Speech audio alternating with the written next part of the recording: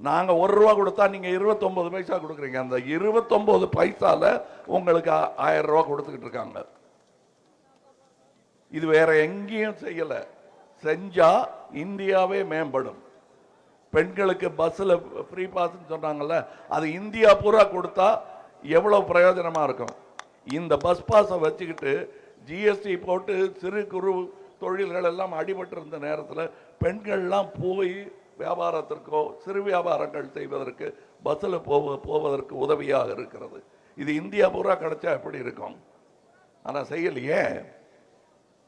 ஆக இனி India follow பண்ண வேண்டியது திராவிட மாடல். கரெக்ட். இங்க யாரோ சொன்னாரு,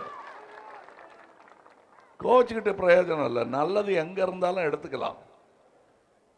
ஆனா மாட்டேன், நல்லா செய்யறவனுக்கு தண்டனை தான் கொடுப்பேன்னு ₹1 கொடுக்கறவனு 29 பைசாவும், இன்னொருத்தர் அங்க ₹1 கொடுக்கிறாரு, அவருக்கு 7 ரூபாயும் 3 ரூபாயும் கொடுத்துட்டு இருக்கீங்க.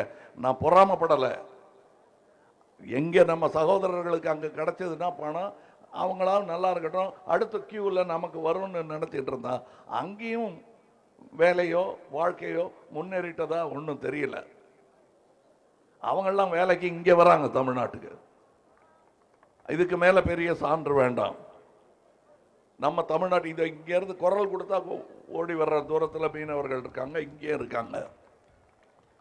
அவங்களுக்காக நீங்க என்ன செஞ்சீங்க? இடைஞ்சலை தவிர என்ன பண்ணிருக்கீங்க அப்படின்னு கேட்டா, இல்லைங்க அது நேரு பண்ணிட்டாரு எப்பவோ அப்படின்னு. ஏன் நேரா பதில் சொல்லவே மாட்டீங்களா? கோணலா தான் பதில் சொல்லுவீங்களா? நீங்க நேரு செஞ்சது என்னங்கிறதெல்லாம் எங்களுக்கு தெரியும்.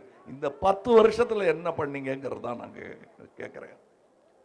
இப்ப இங்க இருந்து படகுகள்லாம் போய் அங்க கைதாகிறதும் நாங்க மீட்டு கொண்டு வர்றதும் இதெல்லாம் நடந்துட்டு வர்றது. ஆனா இந்த 10 வருடங்கள் இதற்கு முன் இல்லாத மாதிரி அவ்வளவு கைதுகள். அது மட்டும் இல்ல, படகுகள் அரசு மயமாக்கப்பட்டு ஏலத்துக்கு விடப்படுகின்றன.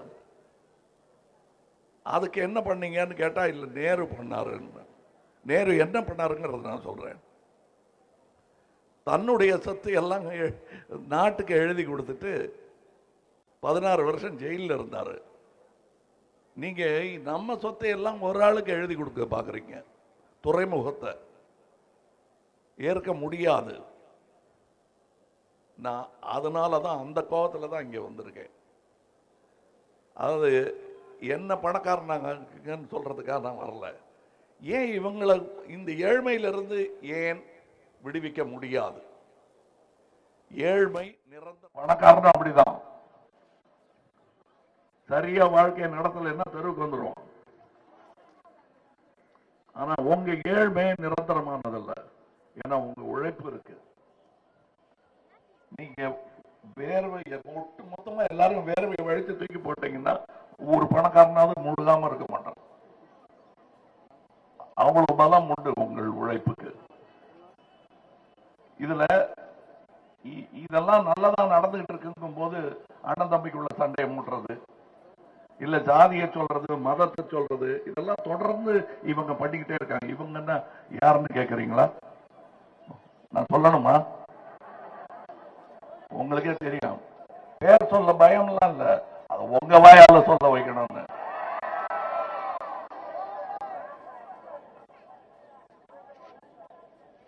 அதாவது நீங்க யோசிச்சு பாருங்க. நான் கேட்டிருந்தா, இப்ப தங்கச்சி நிக்கிறாங்க இல்லையா, இந்த சீட்டை எனக்கு கொடுங்கன்னு கேட்டிருந்தா கொடுத்துருப்பாங்க. இவங்க கொஞ்சம் ஏமாற்றம் அடைஞ்சிருப்பாங்க. அதுக்காக வரல. நான் இங்க எந்த சீட்ல நான் நிற்பேன்னு எதிர்பார்த்தாங்களோ அந்த சீட்டுக்காக நான் உங்களிடம் ஓட்டு கேட்டு வந்திருக்கேன், இவங்களுக்காக. அதனாலதான் முதல்ல சொன்னேன், இத்தனை கொடிகள் பறக்கிறதே அதெல்லாம் ஒரு கொடிக்காக, தேசிய கொடிக்காக. அதனுடைய அர்த்தம் என்ன என்பதை மறந்து போக செய்து விடுவார்கள் என்ற பயம் இருக்கிறது. அதுக்கு நீங்க இடம் கொடுக்க கூடாது. அடுத்த தேர்தல் வருமா வராதா, இவங்க வந்தா அப்படின்னு அறிஞர்கள் பயப்படுறாங்க. அறிஞர்கள் அவங்க பயம் மட்டும் பட்டா போதும். நாம செயல்படணும். மறந்துடாதீங்க, உங்கள் விரல் அசைவில் இந்த சரித்திரத்தை மாற்ற முடியும், உங்களால செய்ய முடியும். ஆமா, இப்ப என்ன பார்த்து கை தட்டிட்டு மறந்து விடக்கூடாது. உங்க கடமைய நாம 60 வருஷமா சந்திச்சுக்கிட்டே இருக்கோம். நான் திருப்பிள்ளையில இருந்து உங்களை பார்த்து கைத்தட்டல் வாங்கிட்டே இருக்கேன். ஆனால் இப்ப எனக்கு உங்களுடைய அந்த ஒரு விரலில் ஒரு புள்ளி, அதுவும் இந்த கட்சிக்காக, இந்த ஏரியாவுக்காக, பாராளுமன்றத்தில் நாம் குரல் கேட்க வேண்டும் என்பதற்காக, அதுக்காகத்தான் நான் வந்திருக்கேன். எங்கள் தொண்டர்களும் அதற்காகத்தான் எவ்வளவு வருத்தப்பட்டிருப்பாங்க. அவங்களை எல்லாம் இது நாட்டுக்கான விஷயம், சும்மா இருங்க, நாளை நமதே அப்படின்னு சொல்லி வச்சிருக்கேன். அதற்காக அவர்களும் சகோதரி வெல்ல வேண்டும் என்பதற்காக இங்கே வந்திருக்கிறார்கள். இந்த சின்னம் உதயசூரியன் சின்னம். பல சின்னங்கள் இருந்தாலும் இங்கே இப்போது தமிழச்சி தங்கபாண்டியன் அவர்கள் இருக்கும் சின்னம் உதயசூரியன் சின்னம். அதை நினைவில் வைத்துக் கொண்டு, நம் நாட்டை நினைவில் வைத்துக் கொண்டு நீங்கள் என் சகோதரியை வெல்ல வைக்க வேண்டும். அப்படின்னா மறுபடியும் நம்ம சந்திக்க வேண்டியிருக்கும். நன்றி சொல்ல நான் வருவேன்.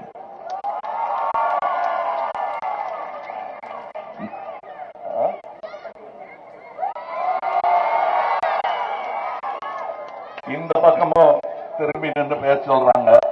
சொன்னதையே சொல்லிட்டு இருக்க முடியாது.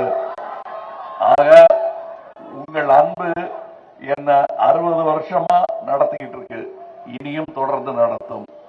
இந்த நாட்டையும் அந்த அன்பு நடத்த வேண்டும். அதை நீங்க மறந்துடாதீங்க.